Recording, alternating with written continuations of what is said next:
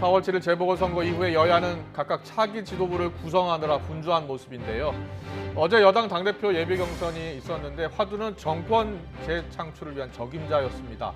내년 대선까지 당을 이끌고 갈 지도부를 뽑는 여야 경선 움직임 살펴보겠습니다. 그리고 오늘부터 사흘간 대정부 질문도 진행됩니다. 부동산 문제부터 백신 수급까지 여러 현안을 두고 여야 간의 격론이 이어지고 있습니다. 국회 나가 있는 취재기자 연결합니다. 이경국 기자.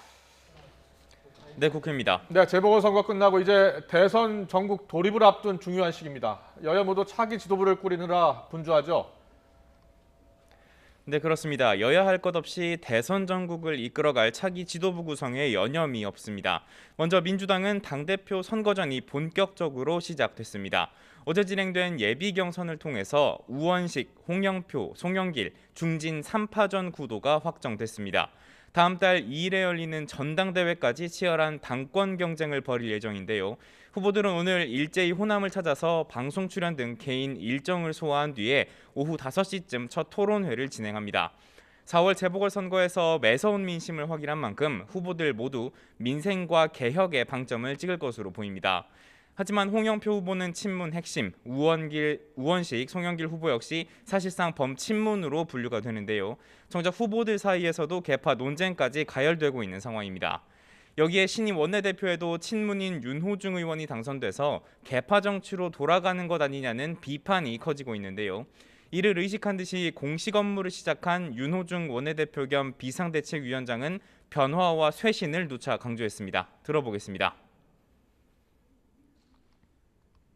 민의를 적극적으로 수용해서 과감하게 당을 변화시키고 쇄신하겠습니다. 자동차의 앞바퀴에 민생을 걸고 뒷바퀴에 개혁을 걸고. 네, 국민의힘은 원내대표 선거 전에 시동을 걸었습니다. 중진인 김기현, 김태흠 의원은 어제, 권성동 의원은 오늘 출마를 선언했고요. 유이동 의원도 내일 선거 전에 뛰어들 예정입니다.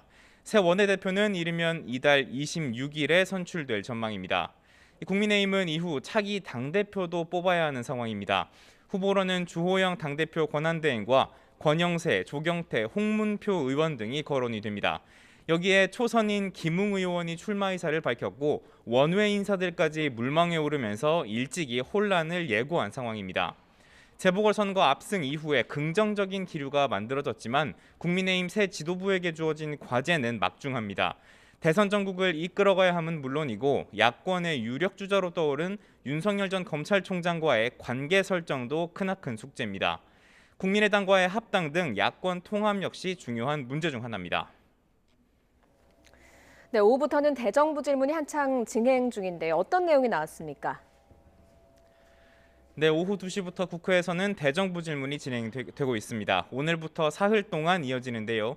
오늘은 정치, 외교, 통일, 안보 분야가 질의 대상인데 이 각종 현안들을 중심으로 질의가 이어지고 있습니다. 먼저 민주당은 라임 사건 핵심인 김봉현 전 스타모빌리티 회장이 폭로한 검사 술접대 사건을 언급하면서 검찰 개혁의 필요성을 강조했습니다. 또 일본이 후쿠시마 원전 오염수 방류를 결정한 데 대해 정부의 외교 대응이 미온적이었다는 질타도 이어졌습니다.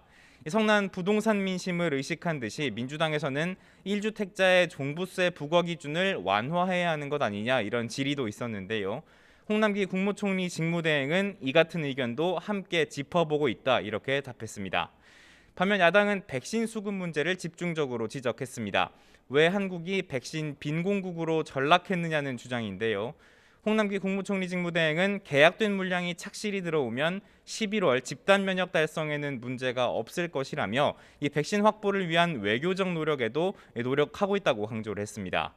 대정부 질문에서는 현안인 LH 사태와 코로나19 손실 보상제 등에 대한 질의도 함께 이어질 전망입니다. 앞서 국민의힘은 재보궐선거 과정에서 중앙선거관리위원회가 이 편파적인 운영을 했다고 주장하기도 했는데요. 오늘 대정부 질문에서도 이 선관위 중립성 논란에 대한 거센 비판이 예상이 됩니다. 내일은 경제 분야, 모레에는 교육과 사회 분야에 대한 대정부 질문이 예정돼 있습니다. 지금까지 국회에서 전해드렸습니다.